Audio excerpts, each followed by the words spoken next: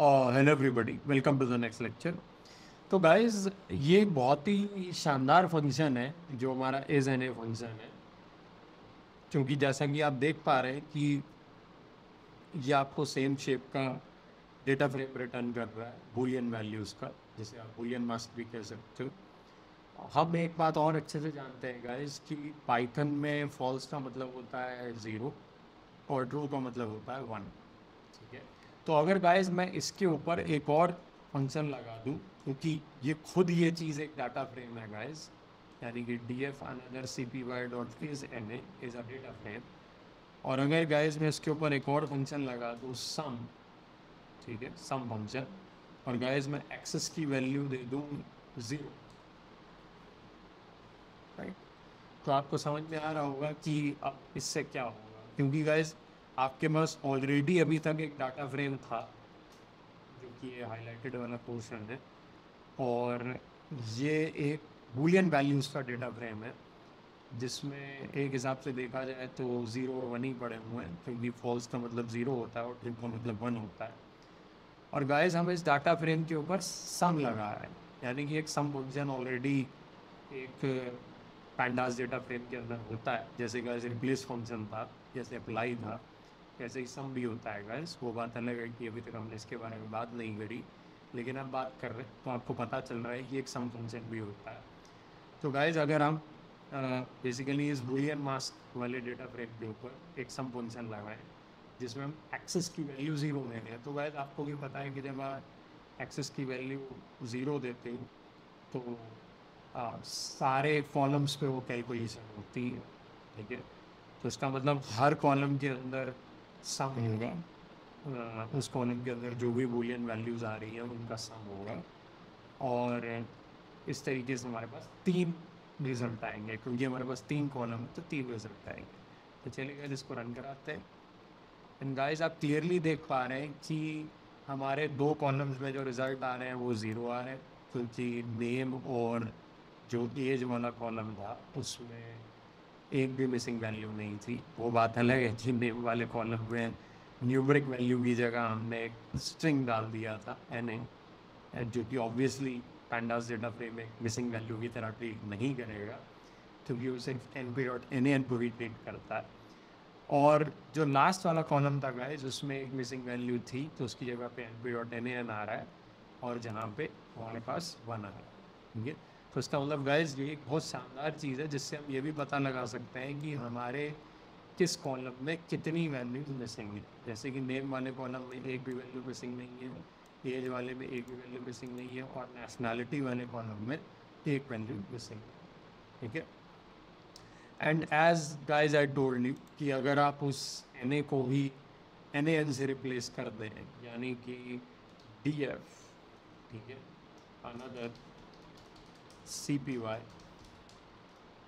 Dot आई लॉट 4,1, अगर आप इसको N P dot N A N से रिप्लेस कर दें गाइज, तो अब ये बेसिकली आपके नेम वाले कॉलम में भी एक वैल्यू मिसिंग दिखाएगा। So let me just show you. तो df another cpy, ठीक है। ओके, सो 4,1, सॉरी गाइस, मैंने वैसे वैसे वन इंडेक्स वाले कॉलम में मिसिंग कर दिया, मुझे यहाँ पे भी मिसिंग करना चाहिए था, 4,0 पे करना चाहिए था। ठीक है, सॉरी अबाउट दैट। तो जैसा कि गाइस अब आप देख सकते हैं कि तीन जगहों पे मिसिंग वैल्यूज है, राइट। तो अब गाइस अगर आप दोबारा से यही सेम काम करते हैं, P F another C P Y dot is N A dot some, तो गाइस अब आपको अच्छे से पता है कि ये क्या करेगा, ये हर कॉलम में एक वैल्यू मिसिंग दिखाएगा, क्योंकि एक वैल्यू मिसिंग नेम वाले कॉलम में है, एक वैल्यू मिसिंग एज वाले कॉलम में है, और एक वैल्यू मिसिंग एन एन वाले कॉलम, राइट।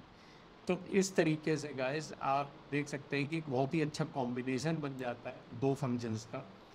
और जैसा कि आप एक इंटरेस्टिंग बात और देख पा रहे होंगे गाइस कि यहाँ पे हमने एक्सेस भी नहीं दी, लेकिन फिर भी इसने कैलकुलेशन जो है वो ऑटोमेटिकली कॉलम्स के ऊपर परफॉर्म कर दी। इसने ऐसा क्यों किया गाइस? इसने ऐसा इसलिए किया क्योंकि बाय डिफ़ॉल्ट यहाँ पे जो एक्सेस की वैल्यू है गाइस वो 0 है, ठीक है।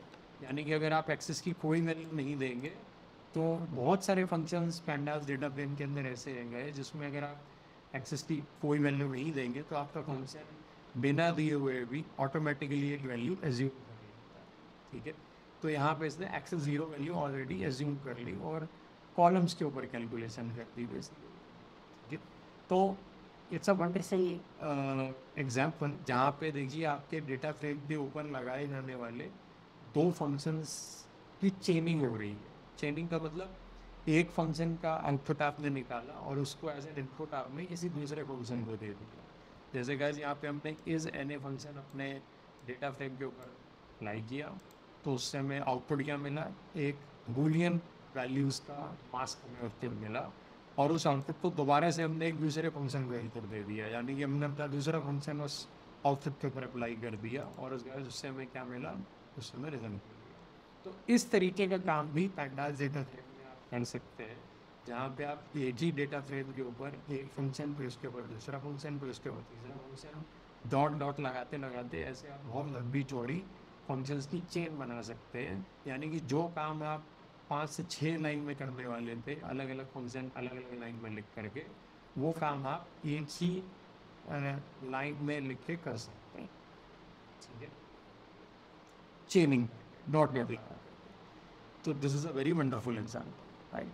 तो बस इस लेक्चर में मुझे गाइस आपको यही बताना था कि एक बहुत ही अच्छा कॉम्बिनेशन है ये पता लगाने के लिए कि आपके किसी भी डेटा फ्रेम के अंदर किस कॉलम में कितनी मिसिंग वैल्यू, ठीक है। बट मेक श्योर कि आपने हर मिसिंग वैल्यू को np.nan से ही इंटरप्रेट किया हो, रिप्लेस किया हो, क्योंकि गाइस अगर आपने ऐसा नहीं किया होगा तो हो सकता है कि लोगों ने उस मिसिंग वैल्यू की जगह कुछ और भी लिख दिया हो और जो इज एन ए फंक्शन है वो उसको मिसिंग की तरह ट्रीट ही नहीं हो and it is creating problems, right.